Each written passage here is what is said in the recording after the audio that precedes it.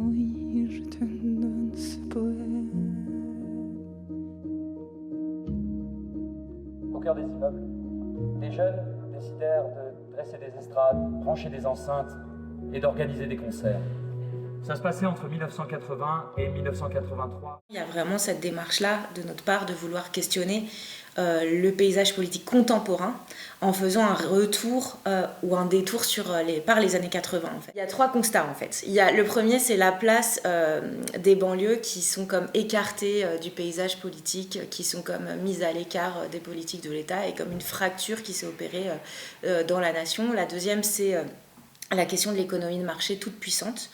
Avec l'absence d'alternatives réelles en termes de pensée, d'idéologie politique. Troisièmement, la banalisation des extrêmes droites, je vais le dire au pluriel, sur la droite lignée du Front National qui a apparu dans les années 80.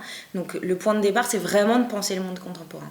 Après, pourquoi les années 80 ? Pourquoi ce moment-là ? C'est parce qu'il y a eu une bascule, un moment qu'on a identifié comme charnière, et qui nous a semblé important pour comprendre qu'est-ce qui avait été raté, quels choix avaient été faits et sont devenus irréversibles. Il y a tout un travail d'incorporation par les comédiens de ces personnages, de ces partitions, et on a vraiment souhaité avec Margot qu'ils rencontrent une partie des personnes interviewées pour qu'ils aient une idée des façons de parler de l'époque, des positions politiques, pour qu'ils soient familiers aussi des pensées qui étaient déployées par ces acteurs politiques des années 80. La porte d'entrée, c'est les personnages de fiction qui sont écrits et inventés suite aux entretiens qu'on a menés.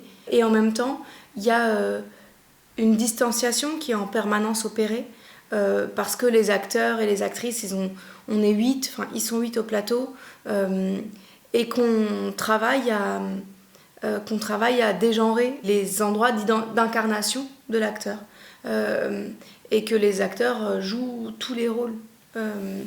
Et donc ça met en crise une identification ou la question de l'emploi ou la question de l'adéquation entre un rôle et l'acteur qui le joue. On passe notre temps à le dénoncer, à faire des pas de côté. Donc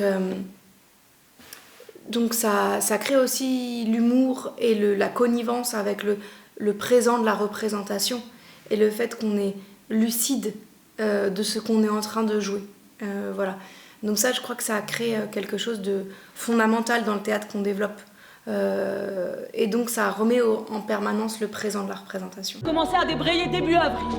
Et depuis le 22, on est passé à la grève totale. Moi, je m'informe. Écoute, il licencie dans le secteur sidérurgique à tour de bras. Alors là, oui, quand je vois ça, oui, je perds un petit peu le fil. Ah oui, Pierre, tu réclames. Laissons-nous, chers camarades, d'avoir enfin pu voter pour ce programme commun. De gros, Je dis à tes potes fachos de se calmer. On est fachos maintenant, hein. Ce spectacle, il s'adresse à tout le monde. On pense pas à un spectacle pour un type de génération ou de public.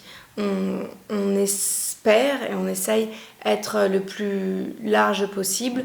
En revanche, il a plusieurs degrés de compréhension. C'est-à-dire que en fonction de l'âge, en fonction des récits, en fonction de ce qu'on a, de ce que le public et les spectateurs ont dans leur imaginaire, il y a plusieurs endroits de réception. Et ça c'est quelque chose qu'on ne peut pas maîtriser. Mais on essaye d'être le moins élitiste possible et le plus populaire possible, pour prendre un mot qui a beaucoup été utilisé. Mais en tout cas, il y a une pensée de ce que c'est que le théâtre populaire aujourd'hui. Cher pays de mon enfance, oui, je te